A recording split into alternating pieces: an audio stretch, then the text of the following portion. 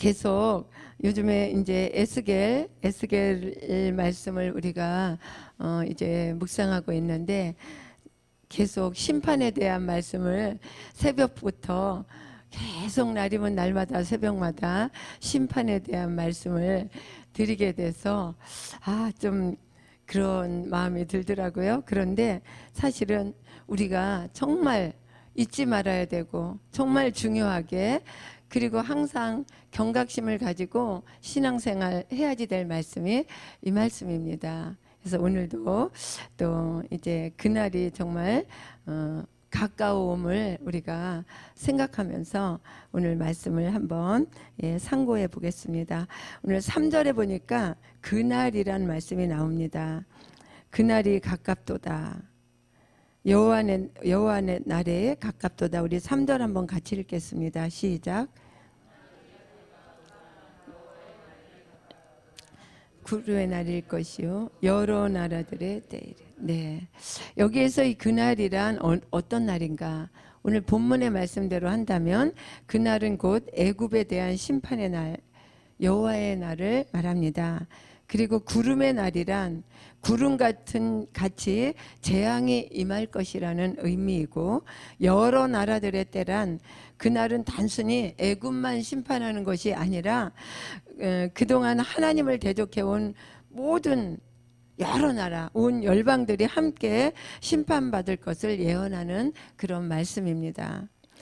그렇습니다. 여러분, 요즘 우리가 세상 돌아가는 것을 보면 정말 그날이 멀지 않은 것 같습니다.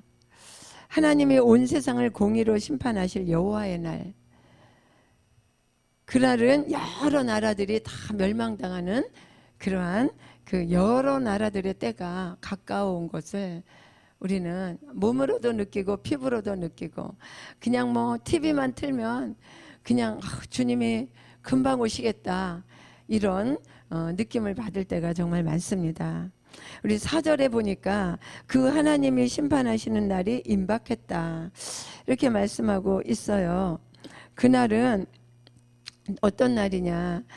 통곡하며 슬퍼해야 될 날이고, 구름이 몰려오듯이 이방인의 침략으로 칼날에 애굽 사람이 죽어갈 것이며 살아남은 자도 잡혀갈 것이고, 그리고 애굽이라는 나라의 존립 기반이 붕괴된다는 뜻이에요.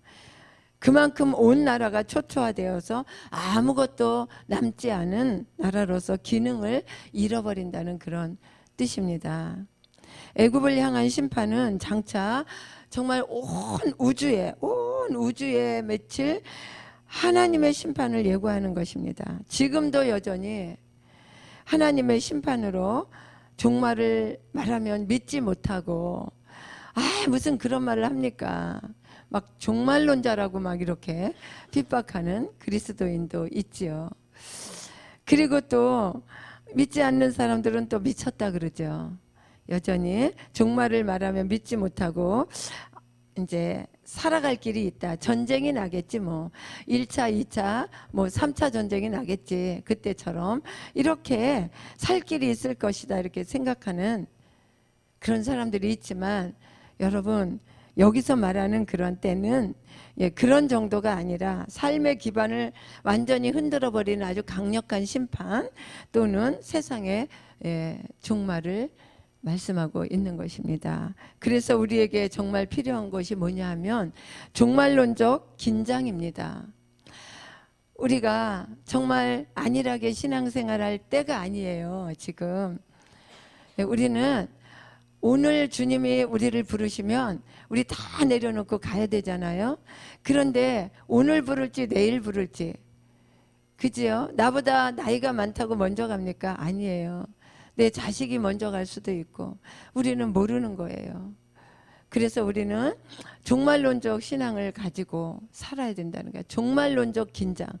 오늘 드리는 이 새벽 예배가 어쩌면 내 마지막 하나님께 드리는 예배가 될 수도 있다는 거예요. 우리 그런 거 많이 봤잖아요. 우리는 우리에게 정말 필요한 신앙은 무슨 신앙이냐? 종말론적 긴장이라는 거예요. 언제나 그날이 가까이에 있다는 위기감을 느끼며 늘 깨어 있는 거. 종말론적 긴장을 가지면 우리는 늘 깨어 있게 됩니다. 그리고 우리 자신을 돌아보게 되고 내 자신을 채찍질하면서 내 자신을 성도의 그런 성도로서의 정돈하는 그런 신부의 삶을 살아갈 수 있게 된다는 거예요. 그날은 주인이 신부를 맞으러 돌아오시는 날. 우리 이 땅에 오셨다가 천국으로 돌아가셨잖아요. 근데 이제 신부를 맞으러 이 땅으로 다시 돌아오시는 날로 우리 모든 종들의 삶의 그 진상이 다 폭로되는 날이라는 거예요. 정말 두려운 날이죠.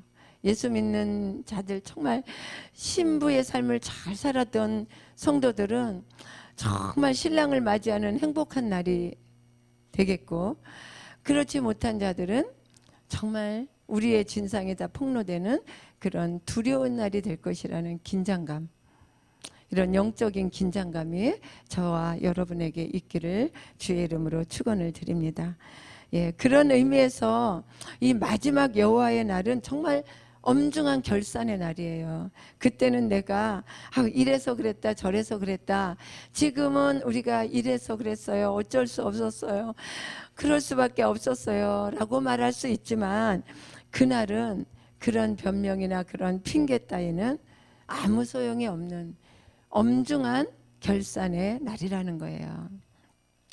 마태복음 25장에 나오는 달란트 이렇게 비유를 보면은, 그 종들에게 달란트를 맡기고 먼 나라로 떠났던 주인이 언제 올까 하다가 안 오나 보다 하다가 결국에는 돌아왔어요. 그리고 칼같이 계산을 합니다. 성경에 보면은 정말 냉혹할 정도로 시비를 가리면서 주인 없는 동안에 이 종들의 삶이 어땠었나 그것을 결산을 하는 것을 우리가 성경 마태복음 25장에서 볼 수 있습니다. 그래서 받은 달란트를 땅에 묻어두었던 종들에게는 이 무익한 종을 바깥 어두운 데 내어 쫓아라. 그래서 거기서 슬피 울며 이를 갈미 있으리라. 이렇게 선고를 했고, 열심히 장사해서 5달란트를 남기고 2달란트를 남긴 종들에게 잘했도다 충성된 종아, 내가 작은 일에 충성하였으니 내가 너에게 많은 것을 맡기리라. 내 주인의 즐거움에 참여할지어다. 이렇게 칭찬하고 축복하고 있습니다. 그런데 이 말씀이요, 신학자들은 그렇게 말하고 있어요. 이 무익한 종이 울면서 이를 갈면서 쫓겨난 그 바깥은 어디일까? 어딜 것 같습니까? 어떤 신학자들은 여기가 또 지옥이라고 말하는 분도 있어요. 그러나 많은 학자들이 이곳은 지옥이 아니라, 이 사람들도 예수를 믿었어요. 주인을 믿었어요. 주인이 돌아올 줄 알고 있었어요. 근데 주인이 더디 올까 생각하고 이 이방인들과 먹고 마시고 술 마시고 노래 부르고 즐거이 지냈던 사람들이에요. 성경에 그렇게 나와 있어요. 이 사람들도 예수님을 믿었지만, 주인을 믿었지만, 그런데 왜 바깥 어두운 데 쫓겨났을까요? 어떤 분들은 그래요. 어떤 학자들은 그곳은 믿는 자들이 가는 1000년 동안 들어가서 울면서 이를 갈면서 이렇게 살았던 자신들을 회개하면서 경건의 훈련을 받는 그런 어느 이런 어두운 아주 그런 곳이다. 그리고 또 이 충성된 종아, 네가 정말 잘했다, 네 주인에 참여할 곳이다. 이곳은 어디냐 하면은, 어떤 학자들은 또 그래요. 천년왕국이다. 천년왕국이다. 그래서 우리가 이제 예수 믿는 자들이 세상에 종말이 오면은 어떻게 해요? 천년왕국에 가서 하나님께서 그랬잖아요. 성경에 너에게는 5고울을 맡겨주고 너에게는 2고울을 맡겨주고 뭐 이렇게 이 땅에서 행한 대로 갚아주는 상과 벌을 받는 곳이 1000년 동안 이곳에서 잘했다 충성된 종아는 주인의 즐거움에 참여해서 왕같이 5골 10골을 다스리는 왕같은 즐거움에 참여할 것이고, 그렇지 못한 자들은 세상 즐거움에 그랬던 자들은 이곳에서 경건의 훈련을 받는 곳이다. 이렇게 학자들은 이렇게 말을 합니다. 저는 이 말을 믿습니다. 그리고 이 말이 맞는다고 생각합니다. 성경은 그렇게 말하고 있거든요. 그래서 천년왕국이 끝나면 우리는 정말 영원한 새하늘과 새 땅, 새 나라로 주님과 함께 가서 영생복락을 누리며 살 것입니다. 여러분, 우리 하나님은 정말 너무나 공평하신 분이고 정의롭고 공의로우신 분이십니다. 심는 대로 갚아주시는 분이에요. 그런데 예수만 믿었다고 그냥 그 믿음만 가지고 천국에 간다고, 이 땅에서 정말 여러분처럼 이 새벽에 잠 피곤한 몸을 그냥 육체를 쳐서 주님 앞에 복종시키면서 차량 운행하고 이렇게 나와서 찬양하고, 이거 쉬운 일입니까? 헌신하고 봉사하는 여러분들이나 막 그냥 돌아다니면서 그냥 막 이렇게 다 교회 다니던 사람이나 똑같은 천국에 가게 된다면 하나님은 얼마나 공평하지 않으신 분이십니까? 그리고 이 새벽에 나와 찬양하신 여러분들은 얼마나 억울하십니까? 아닙니다. 성경은 상급이 다 다릅니다. 그러니까 여러분들 정말 기뻐하시고, 그리고 여러분들이 맡은 자리에서 충성을 다하는 그날, 여호와의 날, 그 심판의 날, 모든 우리의 이 믿음의 삶의 진상들이 다 드러나는 그날을 바라보면서, 그날을 소망하면서 기대하면서 내가 왕같은 제사장으로, 그리고 주님과 함께 왕노릇할 그 천년왕국을 소망하면서 여러분이 정말 이 사랑과 이 헌신의 섬김의 수고를 기쁘게 감당하시기를 주의 이름으로 축원을 드립니다. 지금도 우리에게 그날이 하루하루 다가오고 있습니다. 그래서 우리가 그 내 인생 최후의 결산을 기억하면서 근신하며 내 삶에 대해 또 영원한 미래에 대해 책임적인 영성을 가진 성도가 되시길 축원합니다. 여러분이 내 삶의 미래에 대해 책임감이 있어야 돼요. 자신에 대한 책임감, 내 영혼에 대한 책임감이 있어야 된다는 거예요. 8절에 보면 하나님은 악에 동조하는 자들까지 모두 함께 다 심판해 버리십니다.